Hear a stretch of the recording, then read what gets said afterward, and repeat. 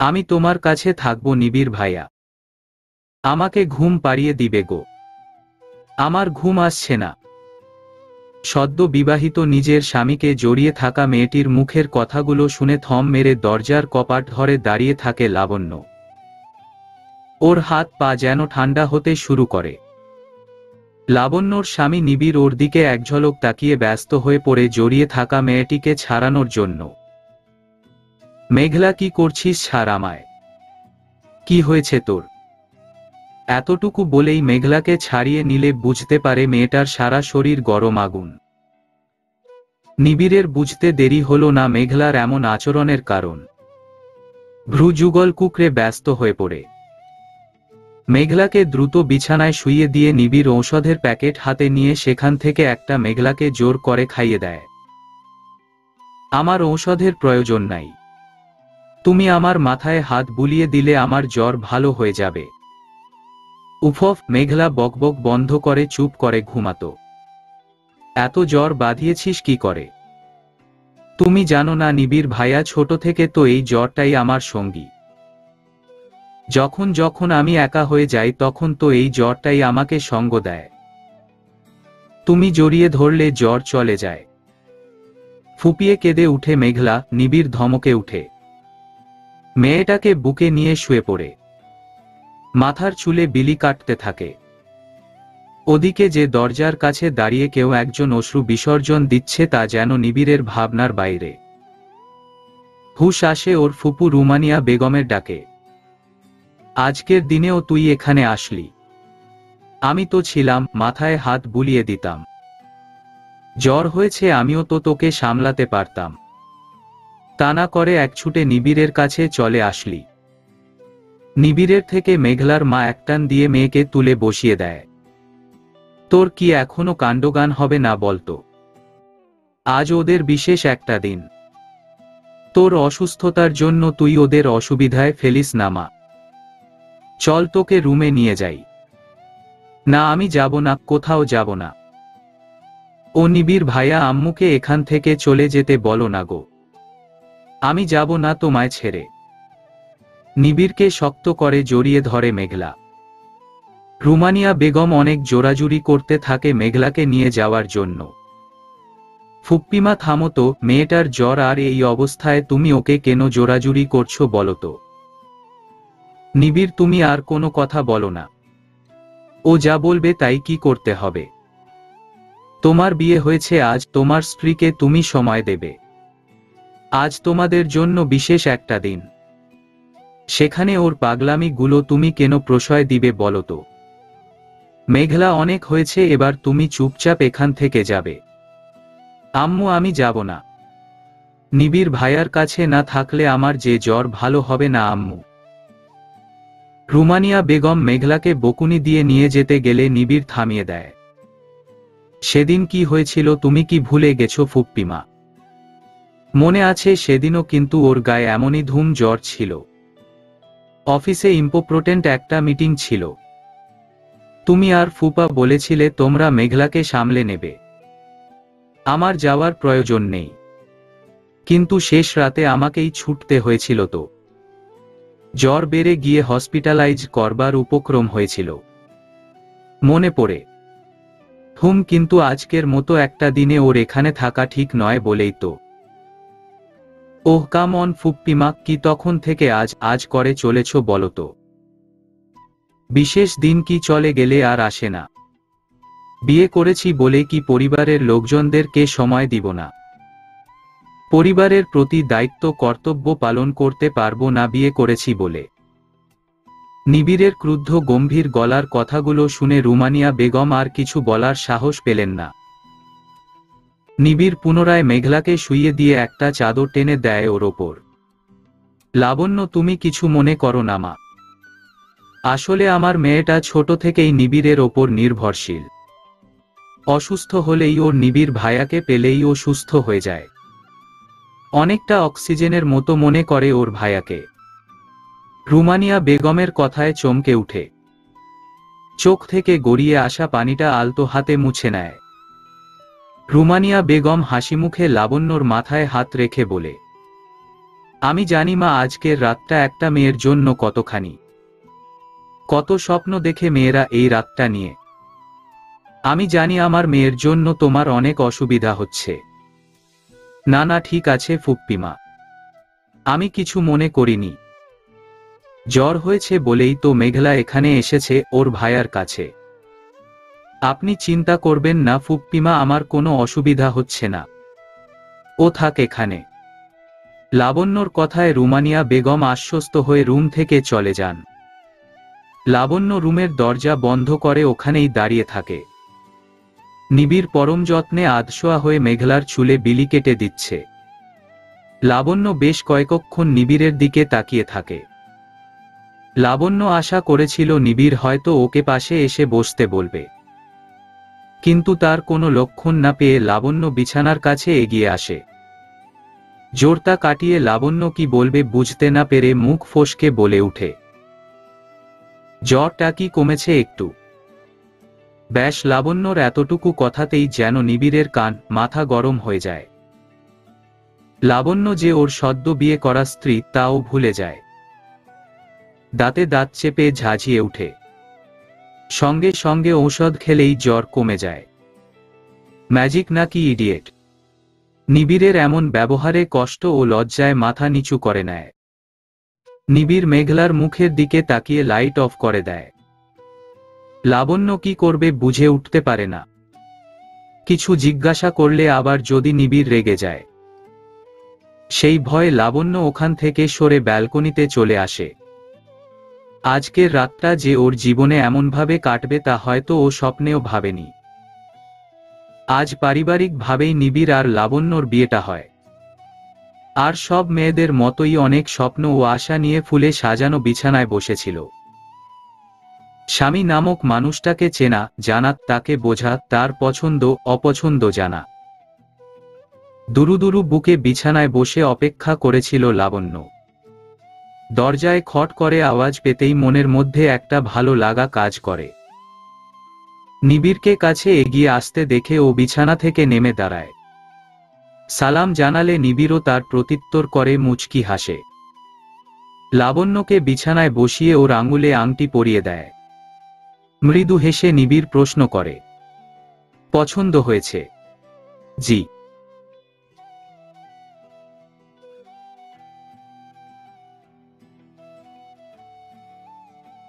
মুখ নিচু করেই উত্তর করে লাবণ্য। বেশ কিছুক্ষণ নীরবতা দেখে লাবণ্য মুখ তুলে অবাক হয়। নিবিড় ওর কাছে নেই। কোথায় গেল ভেবে চারপাশে চোখ বুলাতে থাকে লাবণ্য। তারপর নিবিড়কে ড্রেস চেঞ্জ করে ওয়াশরুম থেকে বের হতে দেখে। ওইভাবে বসে না থেকে আটা ময়দা মাখা মুখটা ধুয়ে ফ্রেশ হয়ে এসো। আর এইসব ভারী গহনা শাড়ি চেঞ্জ করে আসো। কিভাবে যে পরে আছো সিরিয়াসলি? তোমায় দেখে তো আমি নিজেই হাঁপিয়ে উঠছি। নিবিড়ের এমন কথায় লাবণ্য হাসবে নাকি কাঁদবে? নিবিড় ল্যাপটপ নিয়ে সোফায় বসে পড়ে। লাবণ্য নিবিড়ের কাজ দেখে কিছুটা অবাক হয়ে যায়। কি হলো, যেতে বলছি তো। নিবিড়ের মৃদু ধমকে লাবণ্য তৎক্ষণাৎ বিছানা থেকে নেমে দাঁড়ায়। ড্রেসিং টেবিলের সামনে দাঁড়িয়ে গহনা খুলতে থাকে। ঠিক সেই সময় দরজায় নক পড়ে। নিবিড়, লাবণ্য দুজনেই দরজার দিকে তাকায়। এরপর ৩-৪ বার দরজা ধাক্কা দিলে লাবণ্যই গিয়ে দরজা খুলে।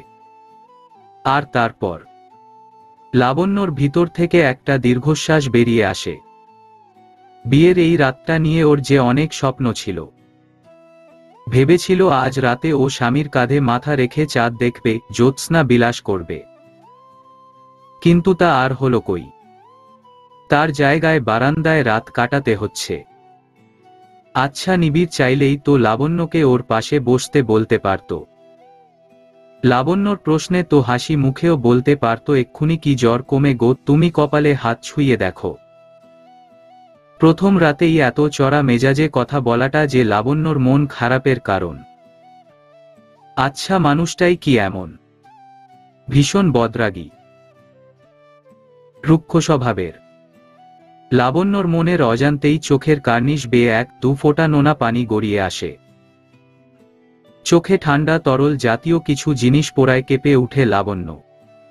ধরফরিয়ে উঠে বসে নিবিড়কে চোখের সামনে দেখে।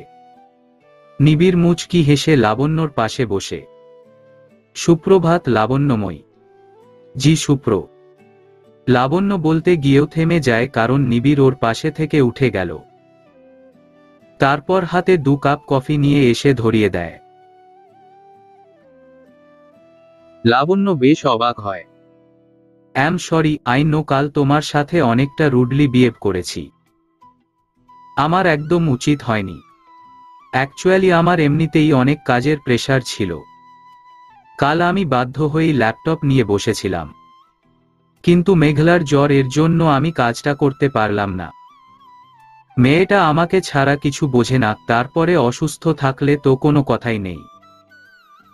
ফুপ্পিমার ওভাবে কথা বলা, সবকিছুতেই আমার বিরক্ত লাগছিল।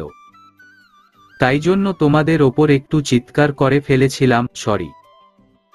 নিবিড় লাবণ্যকে বুকে জড়িয়ে নিয়ে কথাগুলো বলাতে কাল রাতের সমস্ত কষ্টগুলো যেন এক নিমিষেই মিলিয়ে গেল। লাবণ্যর মুখে প্রশান্তির হাসি। রুম থাকতে ব্যালকনিতে আসলে কেন? সোফায় শুয়ে পড়তে পারতে। তা না করে ব্যালকনির ফ্লোরে এসে শুলে কেন? তোমায় ডেকেছি অনেকবার, কিন্তু তুমি তো নিজের খেয়ালেই মত্ত ছিলে। আমি কাছে এসেও তোমাকে ডাকতে পারলাম না, কারণ মেঘলা শক্ত করে জড়িয়েছিল আমায়। তাই তো আসতে পারলাম না তোমার কাছে। তুমি তো কাল রাতে ফ্রেশও হয়নি মনে হয়। যাও ফ্রেশ হয়ে এসো। মেঘলা কেমন আছে? জ্বরটা কেটে গিয়েছে, এখন ঘুমাচ্ছে। নিবিড় উঠে চলে গেলে লাবণ্য গুটি গুটি পায়ে রুমের মধ্যে আসে। মেঘলাকে এক পলক দেখে ওয়াশরুমে চলে যায়। গোসল সেরে আয়নার সামনে দাঁড়িয়ে চুল আঁচড়ে নেয়। হালকা গহনা পরে চোখে কাজল লাগিয়ে নেয়। নিবিড় ভাইয়া, নিবিড় ভাইয়া। মেঘলার ডাকে লাবণ্য এগিয়ে গিয়ে ওর পাশে বসে কপালে হাত ছুঁয়ে মেঘলাকে ডাকে। মেঘলা চোখ খুলে লাবণ্যকে দেখে চারপাশ তাকিয়ে দেখে উঠে বসতে যায়। লাবণ্য ওকে ধরে সাবধানে তুলে বসিয়ে দেয়। জ্বর তো নেই একদম। কেমন লাগছে তোমার শরীর এখন? নিবিড় ভাইয়া কোথায়? তোমার ভাইয়া তো নিচে চলে গেছে। আমি কি ডাকবো? না, সরি। কাল আমার জন্য তোমার অনেক সমস্যা হয়েছে, তাই না গো? আমার আসা উচিত হয়নি কিন্তু। মেঘলা তুমি অসুস্থ, তোমাকে দেখা উচিত আগে। আর এভাবে বলছো কেন তোমরা সবাই? আমি কিছু মনে করিনি। তুমি না যেমন মিষ্টি দেখতে, ঠিক তেমনই তোমার মিষ্টি ব্যবহার। মেঘলার কথা শুনে লাবণ্য হেসে ফেলে। মেঘলা লাবণ্যর দিকে হাত বাড়িয়ে দেয়। আচ্ছা চলো আমরা নিচে যাই। ব্রেকফাস্ট টেবিলে তোমার জন্য সবাই অপেক্ষা করছে। চলো। লাবণ্য, মেঘলা নিচে আসলে মেঘলার কাছে নিবিড়ের মা শিউলি বেগম মেঘলাকে আসতে দেখে চেয়ারে বসিয়ে দেয়। মেঘমা, তুই উঠে আসলি কেন? আমি তো এক্ষুনি তোর খাবার নিয়ে যাচ্ছিলাম। আমি তো তোর জ্বরের কথা শুনেই ভয় পেয়ে গিয়েছিলাম। বেশ তো ছিলি, কোথা থেকে জ্বরটা বাঁধিয়ে বসলি বলতো? উফ মামি, রিল্যাক্স, আমি এখন একদম ঠিক আছি। আমার জ্বর তো জানো একদিনেই ভালো হয়ে যায়। আমাকে নিয়ে ব্যস্ত হয় না তো। আচ্ছা তোমরা কেউ নতুন বউকে তো দেখো। রুমানিয়া বেগম লাবণ্যর মাথায় হাত রাখে। কাল নিশ্চয়ই ঠিক মতো ঘুম হয়নি মা তোমার। লাবণ্য হাসিমুখে কিছু বলতে গেলেই শিউলি বেগম বলে উঠে, ঘুমানোর জন্য দিন রাত অনেক পড়ে আছে। এখন আমার সাথে রান্নাঘরে আসো তো দেখি। এই বাড়ির নিয়ম, নতুন বউ বিয়ের পরদিন রান্না করে খাওয়াবে এবং আজ থেকেই রান্নাঘরের দায়িত্ব পালন করতে হবে তোমাকে। কাল থেকে ভোর 5টায় উঠে পড়বে।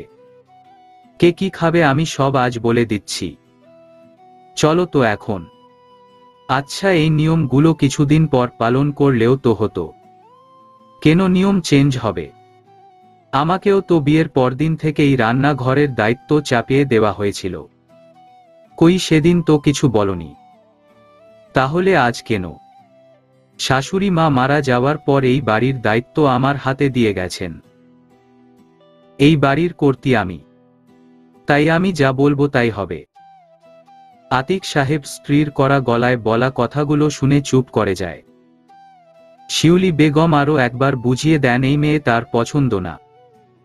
এই মেয়েকে ছেলের বউ হিসেবে মেনে নিতে পারছেন না। ভালো রান্না করেছে বলে কি ওকে মাথায় তুলে নিয়ে নাচতে হবে?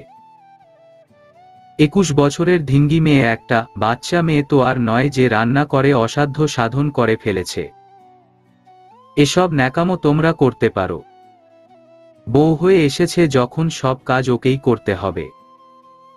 লাবণ্য রান্না করা খাবার খেয়ে সবাই যখন প্রশংসায় পঞ্চমুখ, শিউলি বেগম খাবার মুখে দিয়েই মুখ গোমরা করে রইলেন।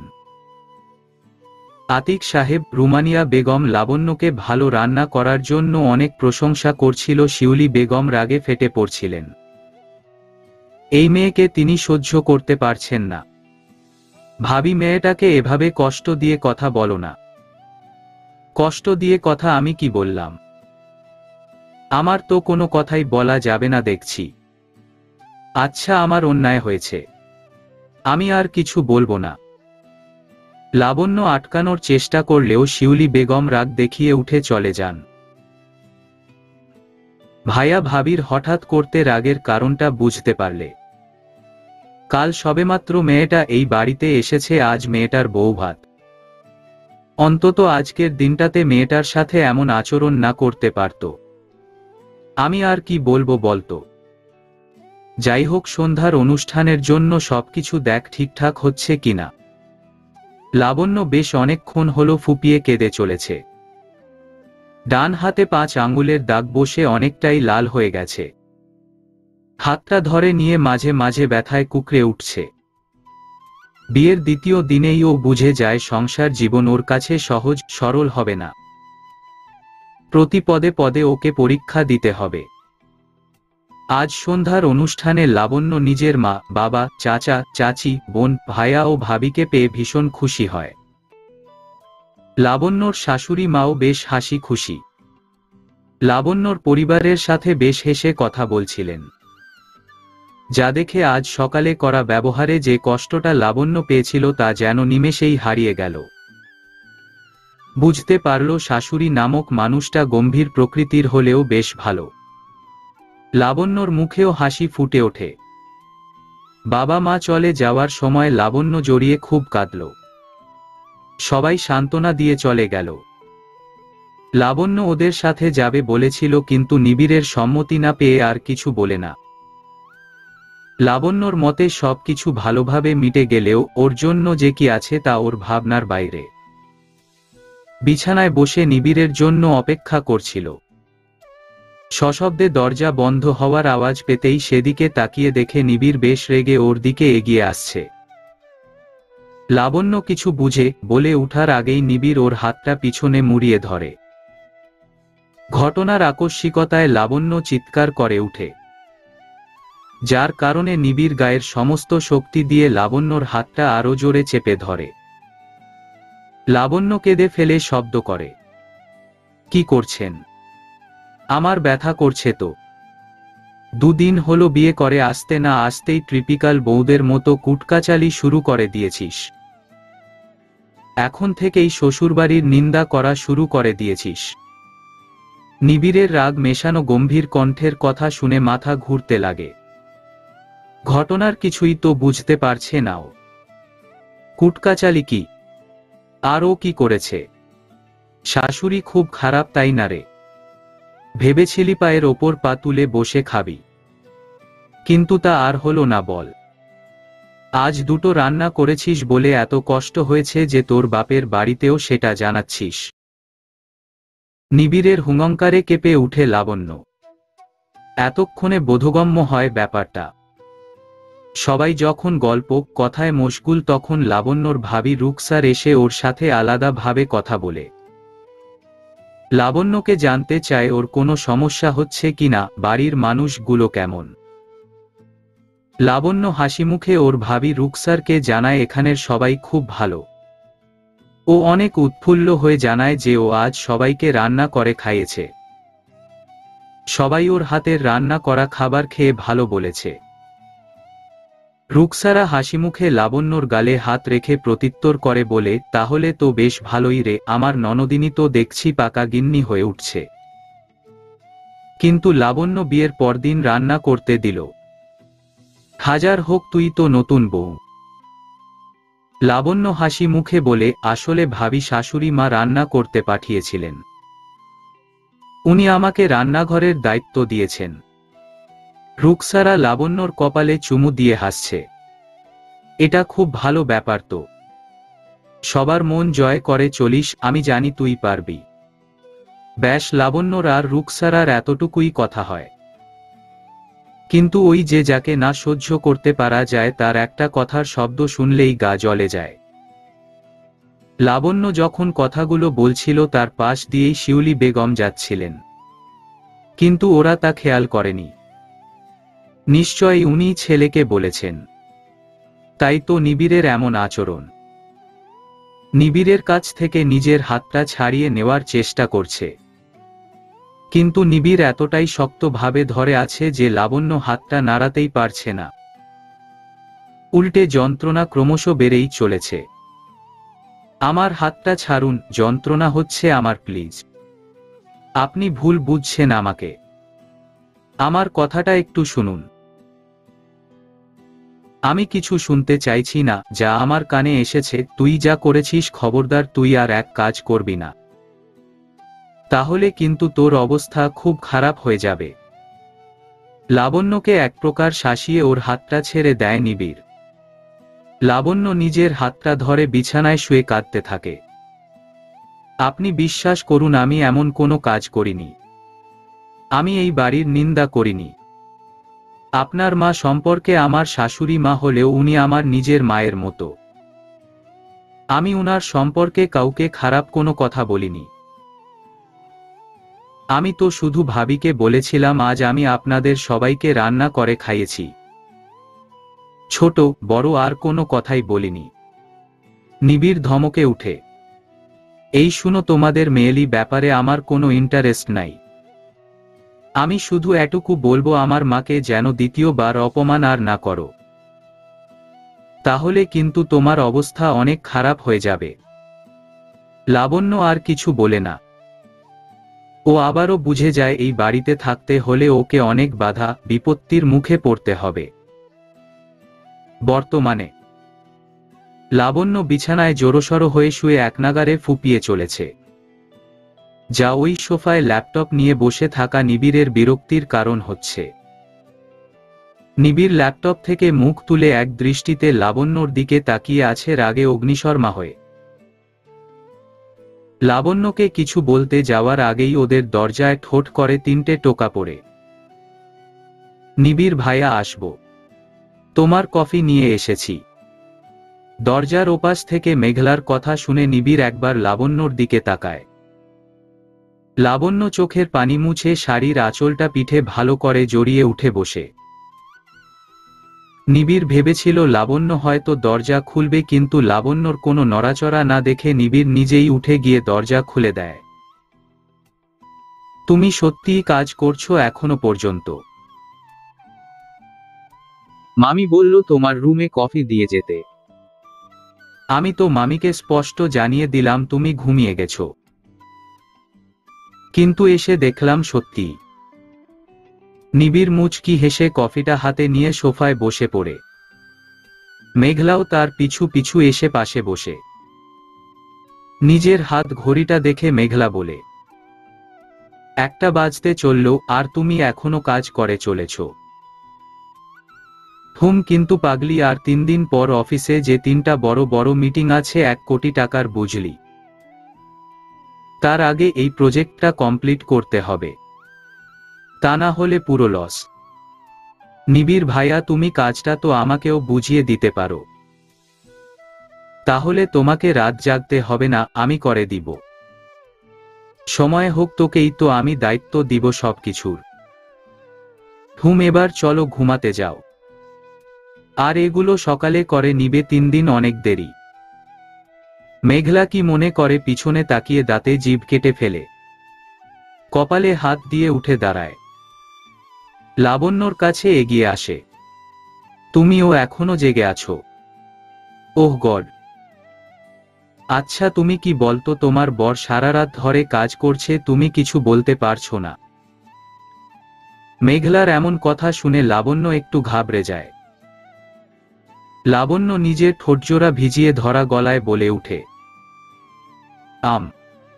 আমি কি বলবো? বাহ, কি বলবো মানে? ও তোমার স্বামী, রাত জেগে কাজ করছে আর তুমি কিছু বলবে না? শরীর খারাপ করলে কিন্তু তোমাকেই সেবা করতে হবে। মেঘলা খিলখিলিয়ে হেসে উঠে। লাবণ্য ঠোঁটের কোণে হাসি আনার চেষ্টা করে। মেঘলা লাবণ্যর মুখটা দুহাতে নিয়ে বলে, তোমার চোখ মুখের এমন অবস্থা কেন?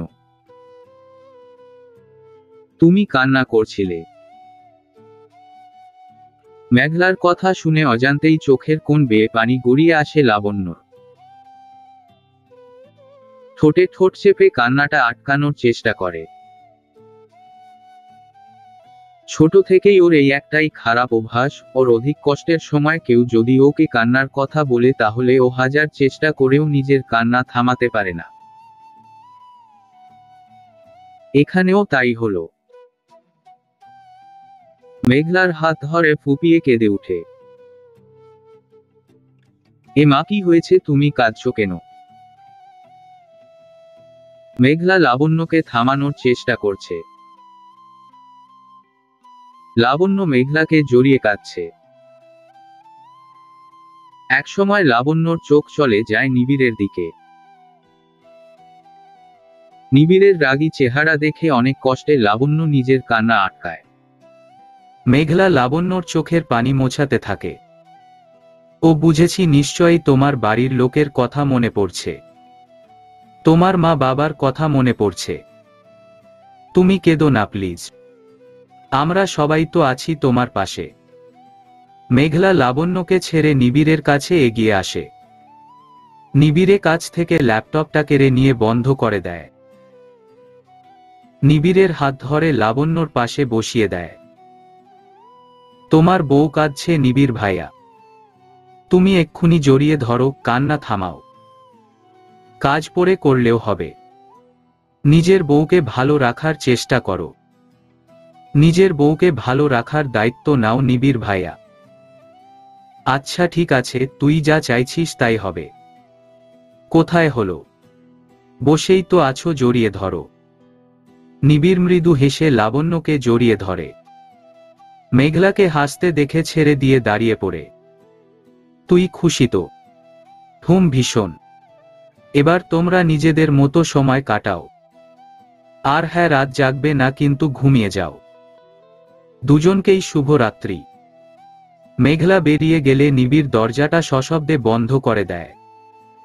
লাবণ্য কেঁপে উঠে জোরসড় হয়ে বসে থাকার চেষ্টা করে। নিবিড় ওর দিকে তাকিয়ে থেকে তাচ্ছিল্য করে বলে, যত্ত সব নাটক। লাবণ্য নিবিড়ের দিকে তাকিয়ে থাকে। নিবিড় কফির কাপটা হাতে নিয়ে চুমুক দেয়। ধ্যাত, কফিটাই ঠান্ডা হয়ে গেল। নিবিড়ের ভ্রু কুঁচকে থাকা গম্ভীর মুখটা দেখে লাবণ্য বুকে অদম্য সাহস নিয়ে বলে উঠে, আমি কফিটা গরম করে আনব। কথাটা বলেই মুখ নিচু করে নেয় লাবণ্য। নিবিড় এক প্রকার ঝাঁঝিয়ে প্রত্যুত্তর করে, থাক, তার কোনো প্রয়োজন নাই, আমি ঠান্ডা কফি খেতে পারব। লাবণ্য আর কিছু না বলে চুপচাপ বিছানার এক কোণে বসে পড়ে। নিবিড় কফিটা শেষ করে লাইট অফ করে বিছানার একপাশে শুয়ে পড়ে। লাবণ্য বেড সাইড টেবিলে থাকা নাইট ল্যাম্পটা জ্বালিয়ে নেয়। নিবিড়ের দিকে তাকিয়ে চোখের পানি ফেলছে। মূলত মানুষটাকে বোঝার চেষ্টা করছে। আজ যে আচরণটা ওর সাথে করলো, তারপর কি মনে হয় মানুষটার সাথে মানিয়ে চলতে পারবে? স্বামী নামক মানুষটা কি ওকে বুঝবে আদেও? আশা থেকে একবারও তো ভালো করে কথা বলেনি। আজ সারাদিনেও তো একবারও কথা বলেনি লাবণ্যর সাথে। লাবণ্যর আশেপাশেও আসেনি। সন্ধ্যার অনুষ্ঠানে নিবিড় বন্ধুদের সাথে ব্যস্ত ছিল মেহমানদের নিয়ে। অনেক আশা নিয়ে বসে ছিল আজ রাতেও। লাবণ্য মনে করেছিল আজ হয়তো নিবিড় ওর সাথে গল্প করতে বসবে, হয়তো ওর রান্নার তারিফ করবে। তখন লাবণ্য জেনে নিবে নিবিড়ের পছন্দের খাবারগুলো। কিন্তু আশার আলোটা হয়তো নিভে গেল আজকের নিবিড়ের রণমূর্তি দেখার পর। নতুন মানুষের সাথে এমন আচরণ করতে পারে কেউ? লাবণ্যর মনের ভিতর থেকে একটা দীর্ঘশ্বাস বেরিয়ে আসে। সকালে চোখ খুলে তাকিয়ে পাশে নিবিড়কে দেখতে পায় না লাবণ্য। বেডে হেলান দিয়ে থাকার জন্য ঘাড়টায় ব্যথা অনুভব করছে লাবণ্য। ও আড়মোড়া দিয়ে বিছানা ছেড়ে উঠে বসে। ডান হাতে দাগটা এখনো দগদগে লাল হয়ে আছে। অতিরিক্ত কান্নার কারণে চোখে ভীষণ জ্বালা করছে। মাথাটাও বেশ ভারী হয়ে আছে। দুহাতে চোখটা কচলে নিয়ে ওয়াশরুমের দিকে এগিয়ে যায়। ট্যাপ ছেড়ে দিয়ে তার তলায় দাঁড়িয়ে পড়ে। বেশ কিছুক্ষণ পর বেরিয়ে আয়নার সামনে দাঁড়িয়ে তৈরি করে নিজেকে। পরিপাটি করে শাড়িটা পরে নেয়। ভাগ্যিস ভাবির জোড়াজুড়িতে শাড়ি পরা শিখেছিল, তা না হলে এই বাড়িতে কি যে অবস্থা হতো। নিজেকে প্রস্তুত করে সবকিছুর জন্য। না জানি আজ ওর কপালে কি আছে। গুটি গুটি পায়ে নিচে নেমে আসে লাবণ্য। লাবণ্য রুমানিয়া বেগমদের ব্যাগপত্র দেখে এগিয়ে আসে মাথায় কাপড় দিয়ে। আতিক সাহেব লাবণ্যকে দেখে হাসি মুখে বলে উঠে, লাবণ্য মা এদিকে আয়। রুমানিয়া বেগম হাসি মুখে লাবণ্যর মাথায় হাত রেখে বলে, সাবধানে থাকবে মা, আমরা এবার আসি। আপনারা চলে যাচ্ছেন? হ্যাঁ গো মা, আমার অফিসে জরুরি কাজ আছে। নিবিড়ের ফুফা সাগর সাহেব কথাগুলো বলে মুচকি হাসলেন। নিবিড়ের সাথে চলে যেও আমাদের বাড়ি, বুঝলে মা? সেখানে গিয়ে সবাই মিলে আড্ডা দেওয়া যাবে ভালো করে, কি বলো? সাগর সাহেব মুচকি হাসি দিয়ে লাবণ্যকে কথাগুলো বলে, সাবধানে যাবেন, আবার চলে আসবেন কিন্তু ফুফা ফুপ্পিমা। লাবণ্য হাসিমুখে কথাগুলো বলে চোখ চলে যায় ওপাশে থাকা নিবিড় আর মেঘলাকে দেখে। দুজনেই বেশ হাসি খুশি। হঠাৎ নিবিড়ের সাথেই চোখাচোখি হতেই চোখ সরিয়ে নেয়। মেঘলা দ্রুত লাবণ্যর কাছে চলে আসে। এই যে আমি আসছি, সাবধানে থেকো তুমি। একদম কান্নাকাটি করবে না। মামা মামি আছেন, নিবিড় ভাইয়া আছে, তোমাকে আগলে রাখবে। তুমি কিন্তু কষ্ট পাবে না, বুঝলে? লাবণ্য মেঘলার কথায় হেসে ফেলে। মেঘলার গালে হাত দিয়ে বলে, তোমার কথাই রইল। তুমিও নিজের যত্ন নিও। আর হ্যাঁ, মাঝে মাঝে চলে এসো কিন্তু এখানে। আসতে তো হবেই, কেননা আমার প্রিয় জিনিসটাই তো এখানে আছে। লাবণ্য মেঘলার কথা শুনে একরকম থম মেরে যায়। কিছুক্ষণের জন্য সবাই চুপ হয়ে যায়। তারপর মেঘলা অট্টহাসিতে ফেটে পড়ে। আরে আমার প্রিয় ভাইয়া তো নিবিড় ভাইয়া। আমি তো ভাইয়ার কথাই বলছিলাম, হি হি হি।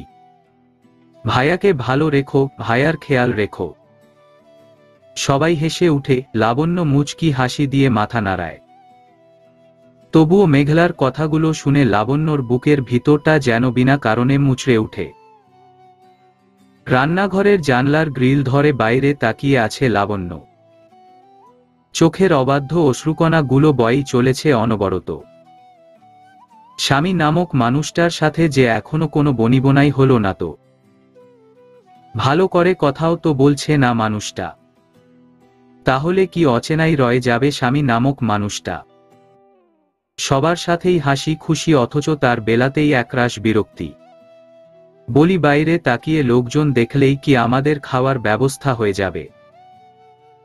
আচমকা শাশুড়ির বাজখাই গলা শুনে লাবণ্য সামনে থাকায় শাড়ির আঁচলে চোখের জলটা মুছে নিয়ে মুখে হাসি আনার চেষ্টা করে। কি রান্না করব বুঝতে পারছিলাম না মা। আমি আপনার কাছেই তো যাচ্ছিলাম। রান্না কি করব যদি জানাতেন। রান্নাঘরের দায়িত্ব যেমন নিয়েছো তেমন কি রান্না করে আমাদের খেতে দিবে সেটা তুমি ঠিক করো। শিউলি বেগম কথাগুলো বলেই দ্রুত ওখান থেকে বেরিয়ে যান। লাবণ্য একটা দীর্ঘশ্বাস ফেলে রান্নার কাজে লেগে পড়ে। মা, আসতে পারি? শিউলি বেগমের সম্মতি পেয়ে উনার রুমে আসে লাবণ্য। শিউলি বেগমের একবার মুখপানে চেয়ে মাথা নিচু করে ফেলে লাবণ্য। আসলে কাল রাতে নিবিড়ের বলা কথাগুলোয় বেশ অস্বস্তি হচ্ছে। লাবণ্যর নতুন সম্পর্কটাকে মজবুত করতে চাইছে। স্বামী শাশুড়ি প্রত্যেকটা মানুষকে আপন করতে চাইছে, সুখে সংসার করতে চাইছে। তাই তো কোনো ভুল বোঝাবুঝি সম্পর্কের শুরুতেই রাখতে চাইছে না। জোরতা কাটিয়ে বলে উঠে, মা, আমাকে মাফ করবেন। শিউলি বেগম ভ্রু যুগল কুকড়ে লাবণ্যর দিকে তাকিয়ে আছে। লাবণ্য হাসি মুখে বলে, মা, কাল আপনাদের কোথাও ভুল হয়েছে। আমি আপনাদের নামে আমার বাপের বাড়িতে নিন্দা করিনি। আমি শুধু এটুকু বলেছি আপনি আমাকে রান্নাঘরের দায়িত্ব দিয়েছেন, যা শুনে আমার ভাবি ভীষণ খুশি হয়েছে। আপনাদের মন জয় করে চলার কথা বলেছে। আপনি বা আপনারা দয়া করে আমাকে ভুল বুঝবেন না। আমি আপনাদের বাড়ির বউ, নিন্দা করলে সেটা আমারই খারাপ লাগবে। শিউলি বেগম চোখ মুখ শক্ত করে বসে রইলেন। মন চাইছে এই মেয়ের গালে এক্ষুনি কষিয়ে 3-4টা থাপ্পড় মারতে, কিন্তু মনের রাগটা দমন করলেন। আর ছেলে আসার জন্য অপেক্ষায় রইলেন। দুপুর গড়িয়ে বিকেল হলো, লাবণ্যর এখনো খাওয়া হয়নি। অবশ্য খাওয়া হয়নি বলা ভুল, ওকে খেতে দেওয়া হয়নি। শিউলি বেগম নিজের খাবার শেষ করে বাকি খাবারটুকুতে হাত মুখ ধোয়া পানি ঢেলে দিয়েছে। লাবণ্য ছলছল চোখে শিউলি বেগমকে করুণ স্বরে বলল, আমার যে সকাল থেকে খাওয়া হয়নি মা। আপনি খাবারে পানি ঢেলে দিলেন। শিউলি বেগম তাচ্ছিল্য করে বলে ফেলেন, তুমি যে আছো আমার তা খেয়াল নেই। বিকেলে এক কাপ চা নিয়ে আতিক সাহেবের স্টাডি রুমের দিকে গেলেন লাবণ্য। লাবণ্যকে দেখে ওর শ্বশুরমশাই হাসি মুখে ওকে চেয়ারে বসালেন। বাবা, আপনার জন্য চা এনেছি। ভালো করেছো মা, এই চায়ের প্রয়োজন আমার এখন ছিল। ধন্যবাদ তোমাকে মা। বাবা, এটা আমার কর্তব্য, এভাবে বলবেন না। মা, তোমার এখানে কোনো অসুবিধা হচ্ছে না তো মা? নিবিড় তোমার সাথে ভালো ব্যবহার করছে তো? শ্বশুরমশাইয়ের করা প্রশ্নে কি উত্তর দিবে বুঝে উঠতে পারছে না লাবণ্য। কাল রাতে নিবিড়ের করা ব্যবহার যে খুব কষ্ট দিয়েছে ওকে। আর শাশুড়ি মা, ও তো ওর সাথে আজকে যে ব্যবহার করেছে তা যে খুব কষ্টকর। তবুও মুখে জোর করে হাসি টেনে এনে উত্তর করে, হ্যাঁ হ্যাঁ বাবা, উনি খুব ভালো। আর আমার এখানে কোনো অসুবিধা হচ্ছে না। আতিক সাহেব সবটাই জানেন। লাবণ্য যে মিথ্যা বলছে তা উনি বেশ ভালো মতোই বুঝতে পারছেন। তাই লাবণ্যর মাথায় হাত বুলিয়ে বলে, সংসারটা যুদ্ধের ময়দান মা, এখানে টিকে থাকতে গেলে তোমাকেও যুদ্ধ করতে হবে। ধৈর্য হারালে চলবে না, তোমাকে জিতে দেখাতে হবে। শ্বশুর মশাইয়ের কথার সম্পূর্ণ অর্থ লাবণ্য বুঝতে না পারলেও তবুও মনে অনেকটা সাহস পেল।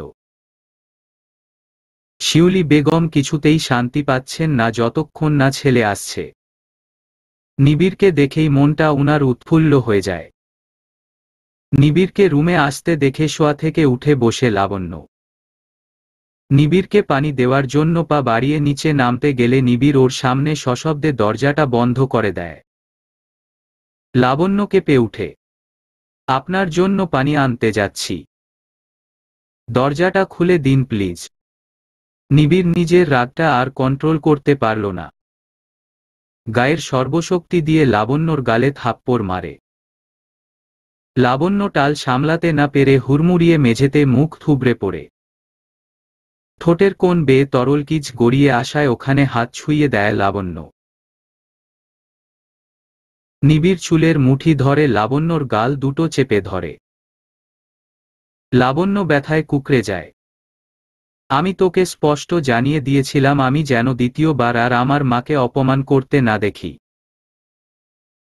কিন্তু তুই তো আজ সীমা অতিক্রম করে ফেলেছিস। লাবণ্যকে বিছানায় ছুঁড়ে ফেলে নিবিড় কোমর থেকে বেল্ট খুলে হাতে নেয়। লাবণ্য বেশ বুঝতে পারছে কি হতে চলেছে। ও কিছু বলার আগেই নিবিড়কে মারতে শুরু করে। 2-4 ঘা মার খেয়ে চিৎকার করার পর ও নিবিড়ের পা দুটো জড়িয়ে ধরে নেয়। প্লিজ আমাকে আর মারবেন না। আমি সহ্য করতে পারছি না। আমার ভীষণ কষ্ট হচ্ছে। আপনি যা বলবেন আমি তাই করব। কথা দিচ্ছি আর কখনো আপনার কথার অমান্য করব না। এই আঘাতগুলো অনেক যন্ত্রণাদায়ক। লাবণ্য যন্ত্রণায় ছটফট করছে। নিবিড় ওকে পা দিয়ে দূরে সরিয়ে দেয়। কাছে গিয়ে ওর চুলের মুঠি ধরে মেঝেতে মুখ চেপে ধরে। লাবণ্য ব্যথায় আরো বেশি গোঙাতে থাকে। আমি তোকে যে কথাগুলো বলেছি সেগুলো তুই আমার মাকে বলে কি প্রমাণ করতে চাইছিস? নিবিড় চিৎকার দিয়ে ওর কানের কাছে কথাগুলো বলে। লাবণ্য চোখটা চেপে বন্ধ করে ফেলে। কাপা কাপা গলায় বলে, আমি মায়ের কাছে ক্ষমা চেয়েছি শুধুমাত্র। উনি যেন আমাকে ভুল না বুঝেন। তোকে এত কিছু করতে কে বলেছে? স্বামী স্ত্রীর মধ্যেকার কথা 4 দেওয়ালের মধ্যে থাকে না। তুই মাকে শুনিয়ে অনেক বড় ভুল করেছিস। নিবিড়ের কথা শুনে লাবণ্য কান্নার মধ্যেও হেসে ফেলে। বেশ ভালো কথা বলেছেন নিবিড় সাহেব, স্বামী স্ত্রীর মধ্যের কথা 4 দেওয়ালের মধ্যে রাখতে। আমি তো শুধু নাম মাত্র আপনার স্ত্রী। তার কোনো দায়িত্ব পালন আপনি করছেন কি? নিবিড় লাবণ্যকে ছেড়ে ওর হাতটা টেনে ধরে দাঁড় করাই বেশ শক্ত হাতের মুঠোয়। চোখ জোড়া সরু করে কাট কাট গলায় বলে উঠে, কিসের দায়িত্ব পালন করতে বলছিস? লাবণ্য এবার নিজেকে জোর করিয়ে নিবিড়ের হাত থেকে নিজেকে ছাড়িয়ে নেয়। সশব্দে হেসে বলে ফেলে, 2 দিন হলো আমি আপনার স্ত্রী হয়ে এই বাড়িতে এসেছি। মুখেই বলছেন স্বামী। কোথায় একদিনও তো আমার সাথে বসে গল্প করলেন না। এসে থেকেই শুধু মারধর আরম্ভ করেছেন। মানসিকভাবেও আঘাত করছেন আপনি। লাবণ্যর এমন কথায় নিবিড় আরো বেশি রেগে যায়। তুই যে কাজগুলো করছিস সেগুলো তো আমাকেই শুধরে দিতে হবে, তাই না? আগাছা গোড়া থেকেই কেটে ফেলা উচিত, নয়তো পরে জঙ্গলের রূপ ধারণ করবে। লাবণ্যর কানের সামনে মুখ এনে হিসহিসিয়ে কথাগুলো বলে নিবিড়। লাবণ্যর মনে একটা অন্যরকম ঝড় উঠে। আর বাকি রইল গল্প। ওটা আমি পছন্দের মানুষ ছাড়া আর কারুর সাথে করি না। নিবিড়ের শেষের বলা কথাগুলোতে লাবণ্য পুরোপুরি নিস্তব্ধ হয়ে যায়। নিবিড় লাবণ্যকে ছেড়ে দিয়ে ফ্রেশ হতে চলে যায়। লাবণ্যর শরীরের ব্যথা থেকে মনের ব্যথাটা প্রখর হয় বেশি। লাবণ্য মেঝেতে শুয়ে ফুঁপিয়ে কেঁদে উঠে। বেশ কিছুক্ষণ পর নিবিড়কে আসতে দেখে মেঝে থেকে উঠে বসে লাবণ্য। আপনার মা আমাকে দুপুরে খেতে দেননি। আমার খাবারে নিজের এঁটো হাত মুখ ধুয়ে নিয়েছেন। আপনি আপনার মাকে এরপর কিছু বলবেন না। আমি তো আপনার স্ত্রী, আমার খেয়াল আপনি রাখবেন না। লাবণ্য কাপা কাপা গলায় কথাগুলো বলে নিবিড়কে আরো বেশি উত্তপ্ত করে ফেলে। নিবিড় নিজের রাগ সংবরণ করতে না পেরে লাবণ্য সোজা বুক বরাবর সজোরে লাথি মারে। লাবণ্য ব্যথায় কুঁকড়ে উঠে। ড্রয়িং রুমের সোফায় থম মেরে বসে আছেন মিজানুর সাহেব। লতিফা বেগম কপাল চাপড়ে প্রলাপ বকছেন। বিয়ের পর মেয়ে বাপের বাড়ি আসে স্বামীসহ, কিন্তু উনার পোড়া কপাল মেয়ে জামাই আসেনি। এসেছে মেয়ে, তাও আবার 1000টা অভিযোগ নিয়ে। রুকসার লাবণ্যকে বুকে জড়িয়ে নিয়ে কান্না থামানোর চেষ্টা করছে। মাঝে মাঝে নিজের শাশুড়ি মাকেও থামাচ্ছে। আচ্ছা মা, এবার তুমি চুপ করো। সবকিছুই তো শুনলে। ও চলে এসে খুব ভালোই করেছে মা। সবকিছু বিচার বিবেচনা করে ভালো ছেলের হাতেই তো আমি আমার মেয়েকে তুলে দিয়েছিলাম। তাহলে আজ কেন আমাকে এমন দিন দেখতে হচ্ছে? লাবণ্যর বাবা বেশ গম্ভীরতা নিয়েই কথাটা বলল।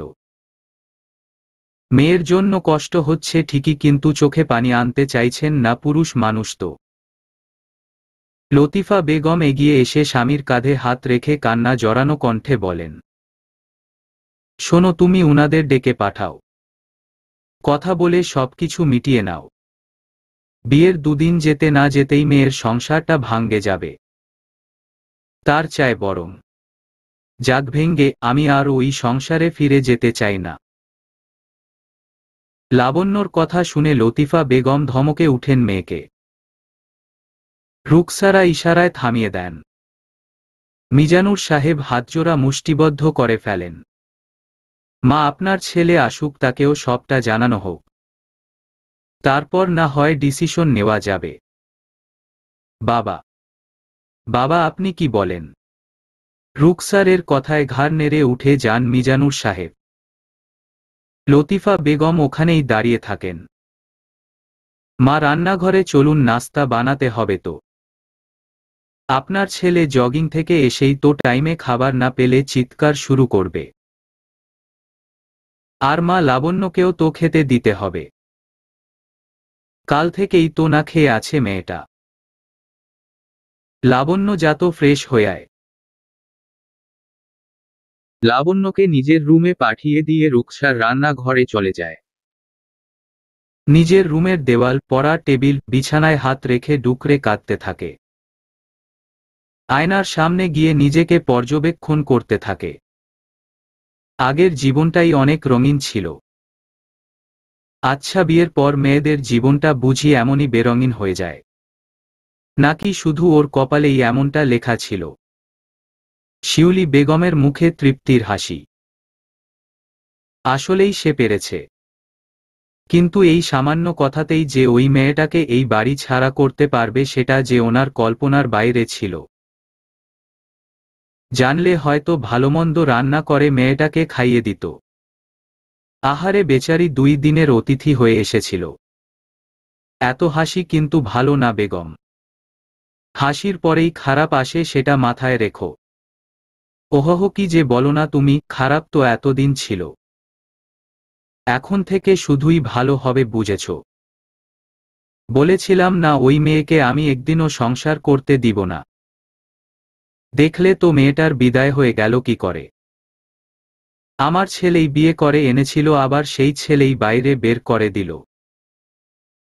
ছেলে আমার হীরের টুকরো। খুব খারাপ করেছ তুমি।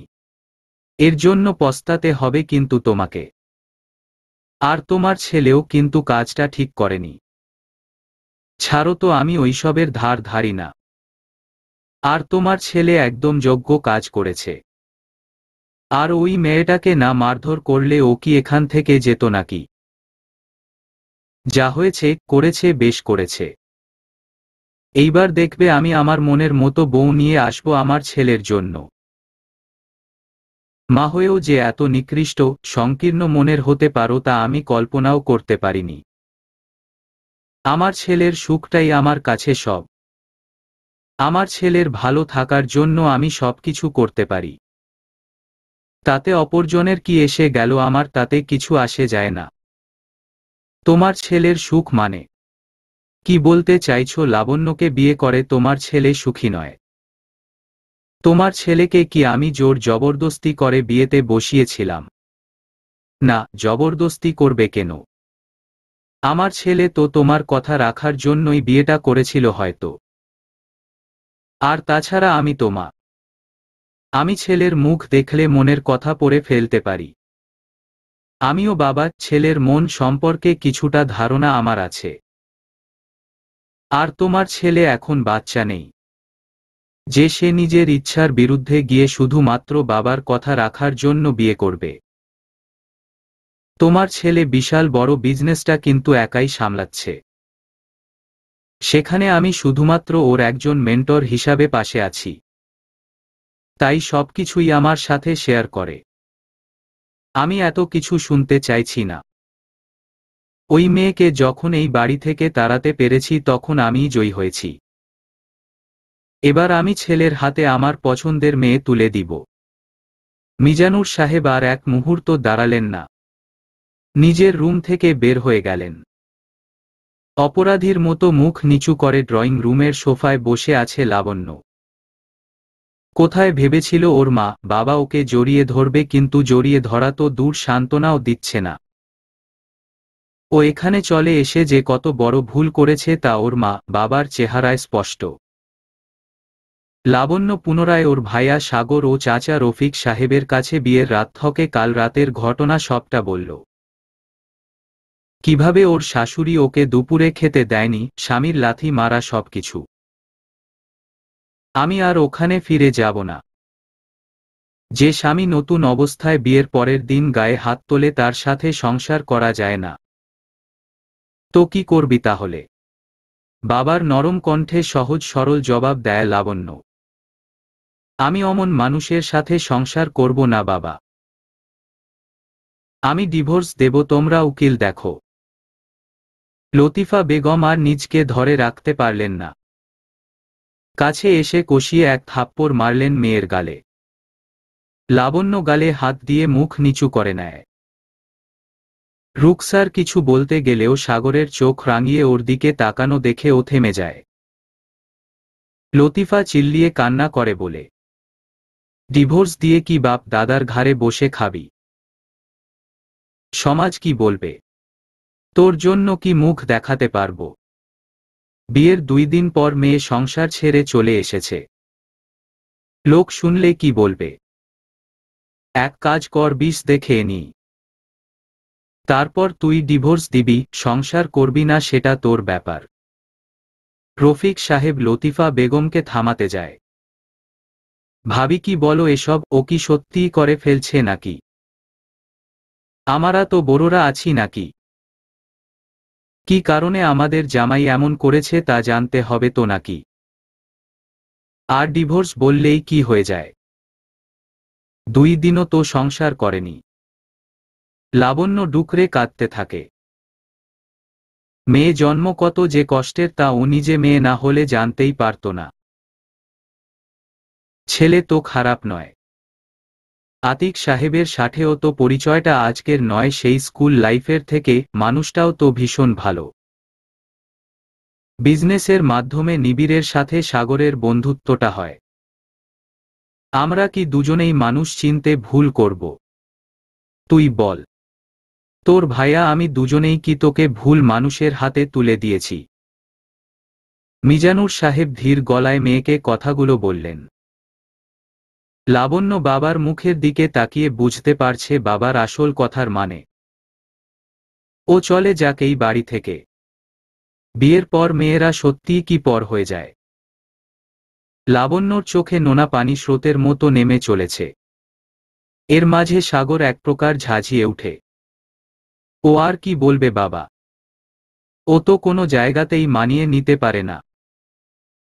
স্কুল, ভার্সিটি, টিউশনি, রাস্তাঘাট, সব জায়গায় অশান্তি করে আসে। ওইসব ঘটনাগুলো আমাকে ফেস করতে হয়েছে।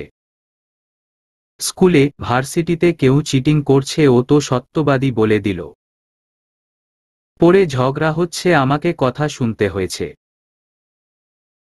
ভার্সিটিতে কোনো এক মেয়ে প্রেম করছে, ছেলেটা ভালো নাকি খারাপ তা যাচাই করে মেয়েটির বাবা মার কানে তুলছে। কেন তুই তোর চরকায় তেল দে না? কতবার বলতাম তুই তোর মতো থাকবি, আমাকে আমার মতো থাকতে দিবি না। যতদিন ভার্সিটিতে ছিলাম ওকে নিয়ে আসা আর নিয়ে যাওয়া করতে হয়েছে। মহারানী তো আমায় ছাড়া যেতেই পারে না। ওর জন্য আমাকে বন্ধুদের সামনে হাসির পাত্র হতে হয়েছে। একা একা কোথাও যেতে পারতেন না উনি। ওই পড়াশোনায় শিখেছে, শুধু স্মার্ট হতে পারেনি খ্যাত মেয়ে একটা। লাবণ্য ওর ভাইয়ার কাছে বরাবরই চক্ষুশূল। ও সেটা বুঝতে পারত ছোটবেলা থেকেই, কিন্তু তবুও ভাইয়ার হাত ধরে থাকার চেষ্টা চালিয়ে যেত। আর 5টা ভাই বোনের মতোই ও চাইতো ওর ভাইয়াও ওর পাশে ছায়া হয়ে দাঁড়িয়ে থাকবে। কিন্তু ওর ভাইয়া কেন জানি ওকে সবসময় দূরে সরিয়ে রাখত। বোন বলে সবার কাছে পরিচয় দিতে ও যেন কেমন একটা আপত্তি প্রকাশ করত। হয়তো লাবণ্য মেয়ে বলে। সাগর, এখন এসব কথা ছাড় না। কি করলে বোনের সংসারটা টিকে থাকবে ও ভালো থাকবে তার ব্যবস্থা কর। রফিক সাহেবের কথা শুনে সাগর পুনরায় চেঁচিয়ে উঠে, কি আর করবে, এখানেই থাকবে, আমার ঘাড়ে বসে খাবে। অপয়া মেয়ে একটা, ওর জন্য কারুর কিছু ভালো হয় না। তোমরা জানো বৌভাতের দিন নিবিড়ের বড় একটা ডিল মিস হয়ে গেছে।